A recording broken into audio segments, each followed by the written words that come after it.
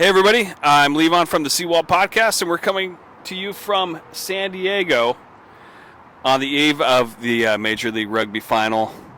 I would love to do my, Ron Burgundy impression, but you guys, it'd be terrible. But anyway, we have Matt, right? No, I love it. Hey, I'm Matt Courtright, the other co-host, and we're interviewing Mongo, a.k.a. Geoff Freeman. And he's very involved in the Pacific Northwest in general, let alone more, and we want to tell you guys more about it, or rather, have him tell you more about it. Hey, y'all. Thanks for having me on the podcast. Excited to be here in San Diego with y'all. Absolutely, man. Fun. We'd love to be here with you. Good times. Absolutely. Anyway, what we really want to know is what is it like to be a referee in rugby? Oh man, that's a great question. So I didn't start refereeing until I was like 35. I genuinely wish I'd started refereeing earlier because I immediately, well, not immediately, it took like 10 games, but you think about like how long it takes to referee 10 games, that's really quick. I immediately became a much, much better player. Like, I wish I'd started refereeing when I was like 18, right? But the truth is like referees get a lot of shit. You get yelled at. People constantly are like, oh, you know, what are you? And it takes a minute for you to get the thick skin going, but there comes a point where you're like, look, I'm just out here to do a job. I'm trying to facilitate a game, and you facilitate that game, and it's a beautiful feeling to step off the pitch and think like, yeah, that was great. Those 30 people had a great time. I got a front row seat to some just massive hits, and then you go have a beer afterwards. And I know that a lot of people don't want to referee because they're worried about getting a ration of shit, but you get a ration of shit all the time in your life. But as a referee, there are a few more rewarding things, I think, in the rugby world. Speaking of which, when it comes to you get to be on the front row of seeing massive hits, what is it like going to the post-match socials? Because I've seen you out there, and amongst the boys and everything, and and the lads and everything. So what's that like going to a social after being the officiant of quite a contested match? Yeah, for me, I actually think that going to the post-match social is, and I tell all the referees, you got to go to the social, because it's an opportunity for you to replay in your mind what just happened, and for them to understand and to learn about why the calls that you made, what the law is, and it makes you a better referee and it makes them a better player. But also the reason you're refereeing is because you still want to be in rugby, right? I can't play anymore because my shoulders are jacked, but I get to still put on the boots. I still get to be involved. I still get to go out, and afterwards, I don't know. During the game, I like to tell people we'll talk about it later over a beer. And that's the sort of answer that people will buy into. It's like, all right, you know what? I'm going to save this and we'll talk about it later. And we probably will this next season. Mongo, that was a terrible call. We'll talk about it over a beer. For right now, get back 10. Yeah. He does have thicker skin now. I'll say it out loud. And I won't go into that. No, I'm not going to. No, tell a story about how we met. You want me to tell a story? Tell a story. Okay, so Mongo and I met. It was during 2017, and we were all involved in a sevens tournament in the Northwest. There was 4 games that month, in the month of July, and Mongo was reffing, and he was in the middle of this game about against 2. We'll just leave their names out of it, so we're not, pissing any more people off. But 2 very stubborn teams, and very, very, tough, and a lot of testosterone, to say the least. Okay, and they're out there, and you know, sometimes these guys, like, you know, they're high school students, right? So they're not always the best at knowing the game, and Mongo's find himself out there just like having to explain every call. I mean, like, and I want to say every fucking call, because it was just, he was annoyed, okay? And I thought he did a really good job, but you know, sometimes with my tone, people can't tell if I'm being direct or if I'm being sarcastic, okay? So I see him after the game, and I'm like, wow, you say after the game. It's not like this isn't like 2 hours later. This is minutes. Literally, I'm walking off the pitch. Yeah, I'm okay, walking keep going. off the pitch. And I'm like, hey, bro, like, nice job out there. And he's like, he looks at me kind of sideways, and he starts making his way towards me, and he was like, he wasn't impressed. He thought I was being sarcastic, okay? And I'm like, bro, settle the fuck down. Like, I gave you a compliment. I got 2 teams out here I'm managing. I'm herding cats. You were being really patient with the dumb shits out on the pitch. And I really appreciate you. And he's like, okay. Like, he had to take a step back because he was like, I didn't know if he was going to punch me in the mouth or not. No, but it like, was because like I'm walking off the pitch and this big guy is like, hey, nice job out there, and I'm like, are you fucking kidding me? You just see the game that I just hit. Like, are you? And you're like, no, I'm serious. I was like, oh, okay, all right. Yeah, and then we didn't see. Matter of fact, it was 2019 in San Diego when it came to the championship. Well, I mean, at the time, we had a chat. Yeah, we'd seen each other in passing. I calmed down pretty quick. And, it was great. Yeah. No, but it's the way we met, and it's like, and now we're thick as thieves, so it's funnier than hell to look back on how sometimes you meet your buddies, and it's just like, yeah, I'd agree. His skin's a lot thicker now, yeah. Yeah. Oh, man. I love hearing these origin stories. I always love that. Especially with Matt and like all these people that you connect with and everything like that. I mean, like, you and I are connected through Matt, but the thing is, like, you know, you and I were, you know, we were talking earlier and everything about, you know, just about rugby and life and everything. And so, like, the big thing is, like, to me, it's like, how'd you get into rugby? Like, because, you know, it's just, What drew you in? yeah. What drew you into that? Yeah. So I had got out of the Army in 1998 and worked at like a warehouse job and worked as a bouncer. And after a couple of years, it's like, all right, I need to figure out what my career is going to be, and I decided it was going to be tech. And so I started a tech job, and you know, at the bottom of the barrel, I was doing tech support, but you're still sitting at a desk. And I had, like I said, I had just got out of the Army. I'd been working in a warehouse and as a bouncer. I'd been moving around a whole bunch, and I started working at a desk, and I was like, oh, I need to find an exercise, a reason to move around. And so a guy that I was working with said, hey, I've been thinking about going out to a rugby club to see what it's like. And I was like, never really thought about rugby. That's an excuse to move around. Let's go check it out. So we went out to the Orsu practice, and there were 3 fist fights at practice. And I was like, I don't think this is for me. This is not my speed. And Timmy says, no, you know what? There's another team in town. We're going to go check them out. So I go out, and it's the Portland Pigs. I didn't know, like, it didn't connect in my head at the time that they were, like, founded by police officers. Interesting. That's an interesting tidbit. That's literally why they're the Portland Pigs. Anyway, Yeah. so I show up at the Portland Pigs, and I show up early, like, to practice, and the first guy who greets me is Crazy George. He's, like, probably, like, 60.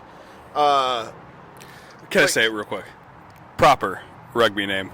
But he's also Crazy George. Like, and I was like, and everybody shows up at practice, and everybody's having a good time smashing each other, but nobody's angry. And I was like, this is much more my speed. And we go out and have a beer afterwards, and to this day, if a club does not have a crazy old man part of their club, I'm a little suspicious.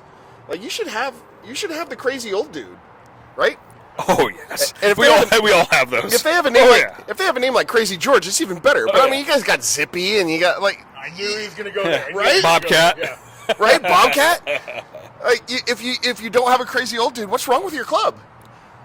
Anyway, this is true. This is true.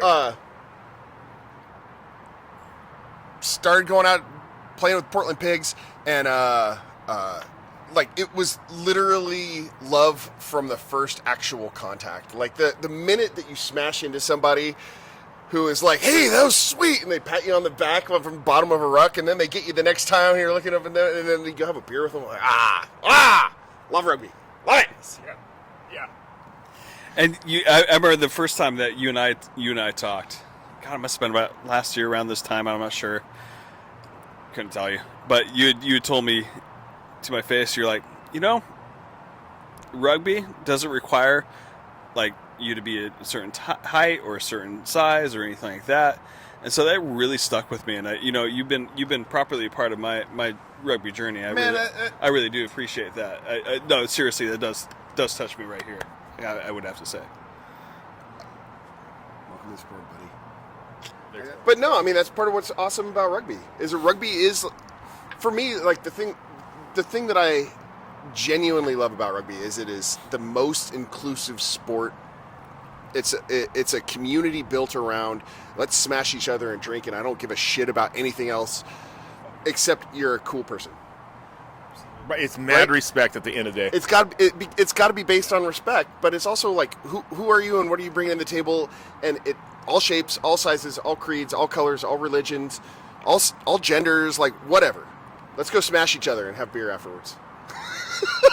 Right? Like, I don't know. It reminds me of growing up, being like, you get into a fisticuff, and all of a sudden you're like, hey, you want a beer? You're like, yeah, let's go have a beer. Like, oh my God, yeah. And then you get like your thickest thieves all of a sudden, like, you know what? Some of my best of friends are much like how we met. It's like it's awkward at first because I'm an aggressive personality, but my God, like, and so are you, kind of thing. Like, oh yeah, we get along fabulously. Now we're just a couple teddy bears. I feel sorry for anybody else. Don't pick on my buddy. That's my buddy to pick on. That's how this goes. It seems like that's very much like how the friendships are within rugby. Is like it becomes like a clan or a really tight friend group or family, if you will. Even it's awesome. So okay, let's move up for you. You've been really involved in the referee of Washington State, let alone everybody else that you've met in the process. I want to hear you shed some light on that, of like what it's been like, and some of the icons that you've met in the process. So I like it when his gears are turning. Absolutely. He's a thinker. He's a thinker. See, I love that. He's smarter than me. I just run with my mouth. sorry, did we just check off a box on bingo overthinking? Oh, We did. we? We got this. Okay, so guys, we got this bingo card that Levon created for this weekend at the championship here, and we're going for a blackout. I mean, we're nowhere near getting like bingo across it, but like, boy, we're getting close to a blackout over here. I mean, like that was the whole goal of it. I really love the idea that at some point Clarkie might smile. I want it to be on TV, and like, the entire country is like, Yes. They got the final button on the bingo card. Yeah. And Manate to come say what's up. Oh, he will. Oh, yeah. He's that's awesome. That seems like low hanging fruit. That is low hanging fruit, but yeah, to get Clarkie to fucking smile.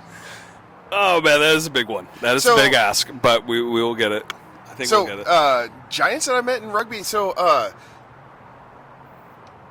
part of the beauty of rugby in general is that people are really humble and chill, and you don't even necessarily know that they're somebody big when you meet them. So this isn't for refereeing, but like when I first moved to Seattle, I was working for Microsoft, and Microsoft on campus had athletic fields, and every Wednesday they would play touch rugby. And I was going out every Wednesday and playing touch rugby, and one day this guy shows up, and he's really, really good, and I'm like, I'm just going to follow that guy around. I'm gonna be on that guy's hip, and he just makes shit happen. And after the game, I was like, bro, what's your name? Like love playing with you. What's your name? He says, Waisali. I'm like, nice to meet you. I'm Geoff. And I didn't I hadn't watched early 2000s Fiji rugby. Like I didn't know who this guy was. He was just some guy who's really fucking good at touch, and he's super nice. And later somebody was like, wait, you didn't know who Serevi is? And I'm like, I had no, and I went and looked him up online. I'm like, oh my god, this guy's a legend. But he's just really fun to play touch with, right? And same with, like Willie Rosalika, like I love like Willie. the nicest dude. He's love so that guy. cool. Love that guy. And you know, he's just I met him as a guy who like when he's playing touch, I want to be on his team and not against him. Yeah. Oh, never. That's like Collins for Valley. But, you guys will see Collins a lot more Collins. Right? Yeah. So went up to Vancouver to referee in their sevens, like the amateur tournament before the pro tournament, and Craig Joubert was there, and I got to meet Craig Joubert. He's like the South African referee who did the 2008 semifinal. Like super nice, super humble guy. Shorter than I expected. I guess everybody is, but but just like the nicest. Coming from a small giant. Yeah. What are you, 6'4", 6'5"? I'm 6'6". I'm a medium-sized giant. Yeah. So he is an American culture 0.015% of population. Really? Yeah, it's that rare to be over 6'5". Wow. Yeah, anything over 6'5" is 15%. For all of you in international listeners, I am 2 meters tall. Yeah. Way to break it down, bro. Way to break it down. 100. We appreciate that. About 120 kilos. You know, it's a trim 120. Oh, he fucking knows exactly where he is. Oh, but so I do want to give some shout outs. Like the coming up in refereeing, it's a really small community and you get to meet some awesome people. We just saw Kat Roach referee the women's final at the Olympics. Kat, Yes. Yeah. so stoked to you. Like the fact that you get to like see people that you've had beers with, that I hope to have beers with in the future. Same Cisco, same for you, man. Cisco, yeah, great I job. love that guy. Yeah.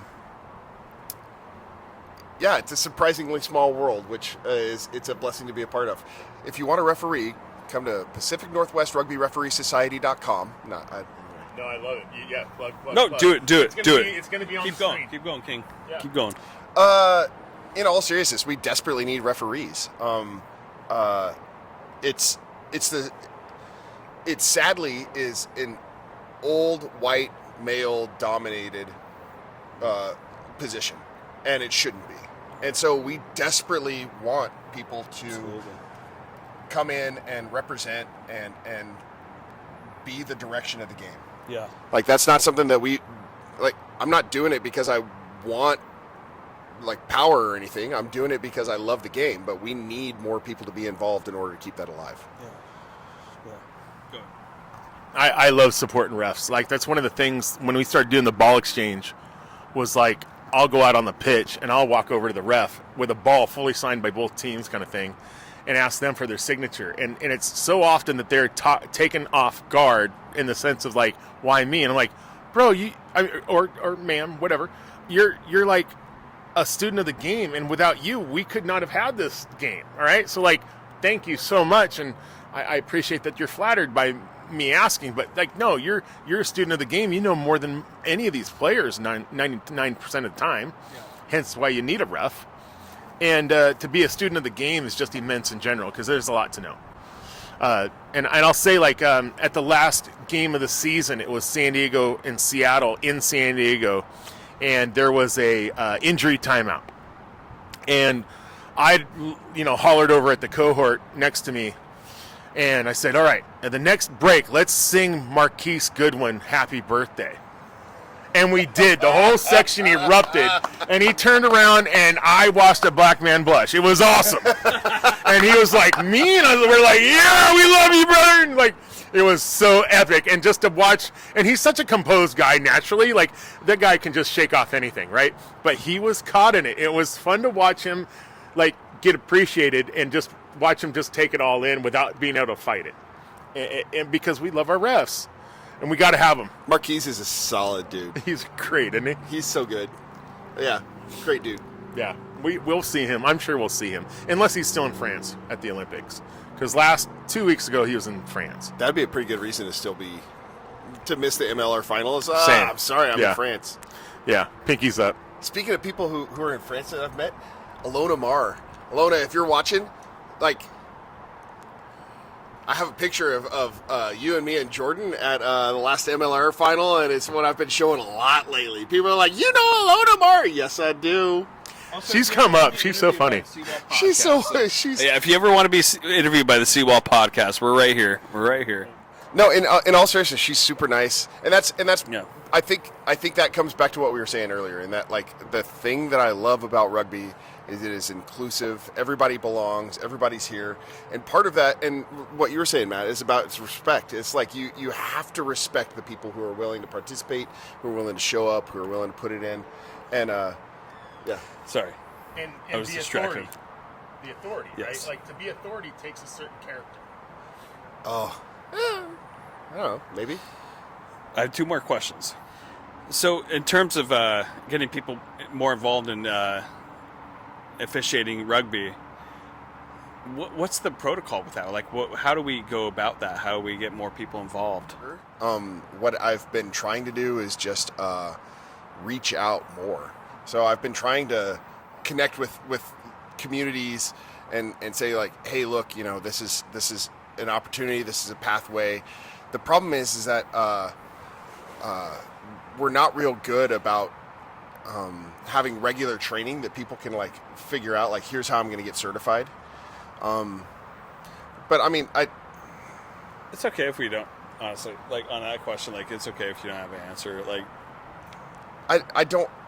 I know it's a hard The one. truth is No, it's like a hard one to but ask. the answer is I don't know. Yeah, it's hard. And the reason I don't know is that we haven't figured out how to succeed. Yeah. And so I can tell you what we've been trying, and it hasn't been working. But it's not necessarily just about diversity in like color or race or creed. It's about diversity, period. Right. Like, it's only old white people. That's not true. That's like, so Megan Adams has been doing great. Like, she's crushing it. Crystal Parker has been crushing it. We have some younger people who are coming in, but not enough. I wish the referees would like encourage their injured players. Like, hey, you're injured. You're not going to be playing for 6 months. Why don't you go referee? Right? I think that the real answer is because players are diverse. We have to figure out a way to get players who are, for whatever reason, not able to play currently. Like, here's a way for you to like sharpen your skills. This is a pathway that you can go do. And I think some people would find that pathway and love it, like Kat did, you know? Yeah. Unfortunately, it's not super easy. USA Rugby controls who does L1 officiating. So as soon as you're L1 officiating like certified, you can go referee pretty much anywhere in the world except France. But the truth is that like getting an L1 cert is not going to make you ready to referee a rugby game. Like the L1 cert is like, can you pay attention for like 4 hours, and then but even that is difficult because USA Rugby insists on controlling how they're scheduled and where they're held and who does it.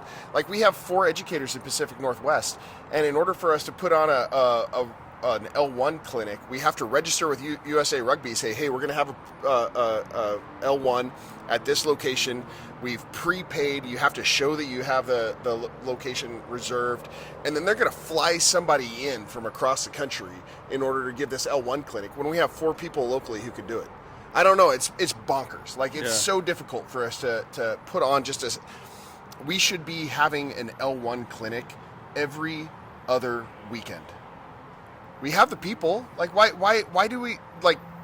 But right now, if somebody says, "Hey, I want to start refereeing," they have to wait for literally months for us to get it scheduled.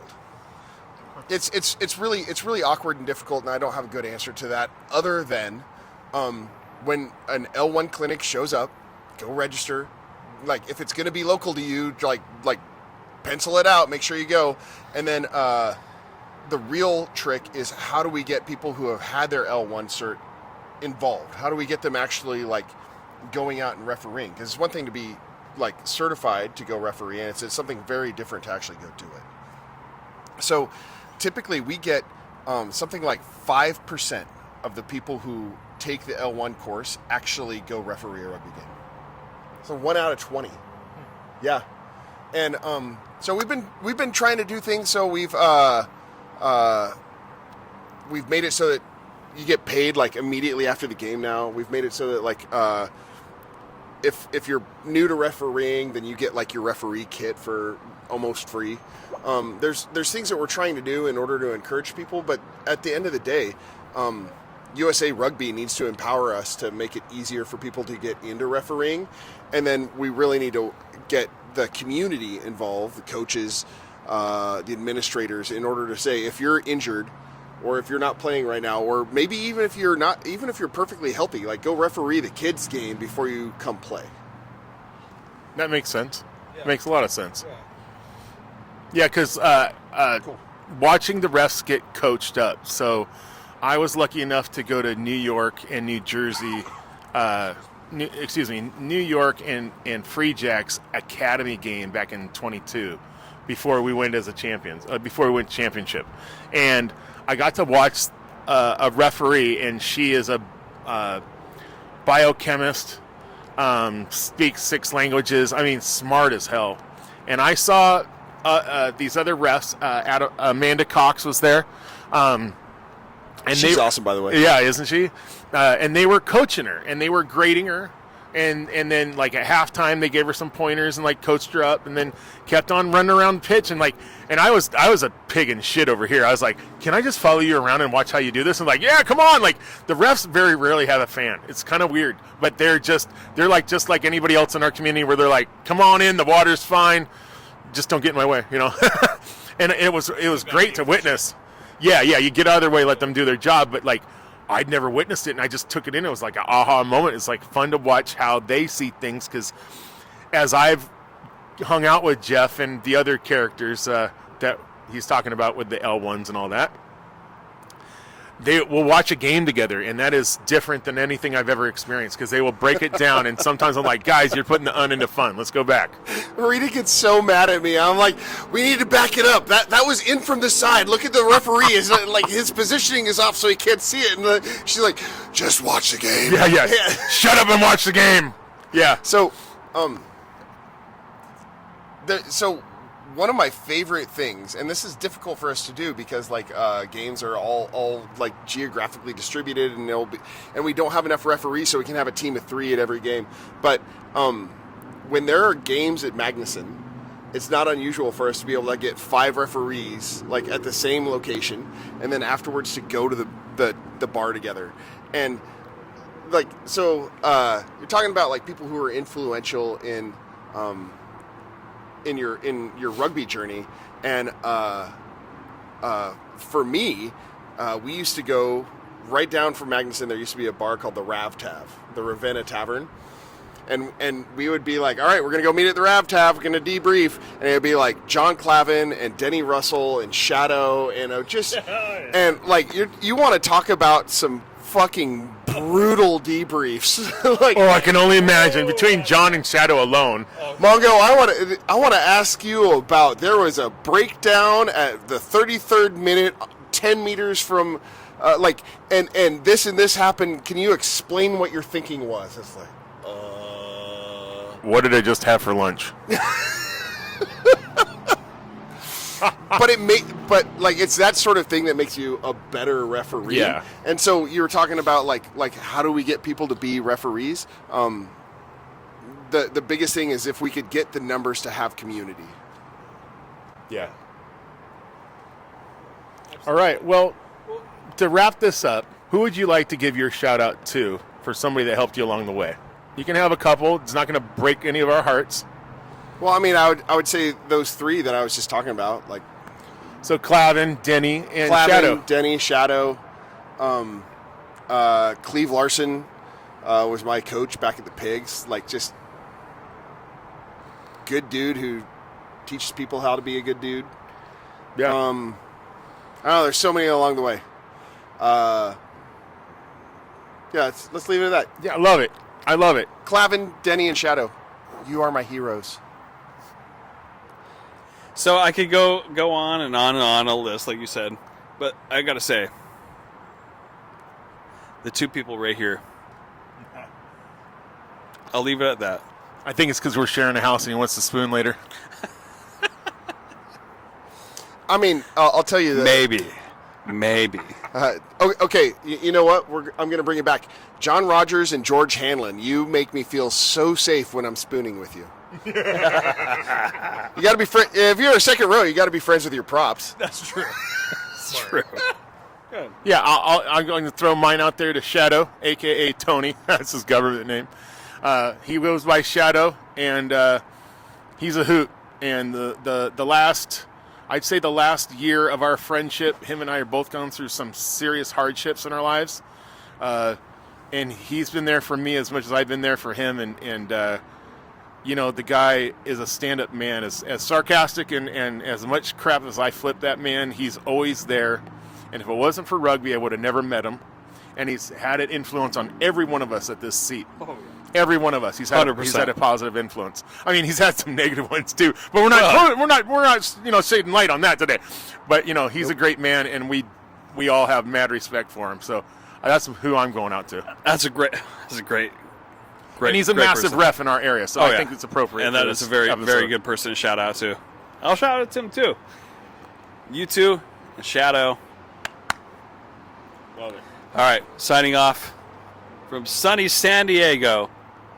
I'm not Ron Burgundy, but the Seawolves are playing in the MLR final tomorrow against the New England Free Jacks. Let's go. Come on, Seawolves. Like, share, subscribe, and make sure you say something to your friends about us, please and thank you.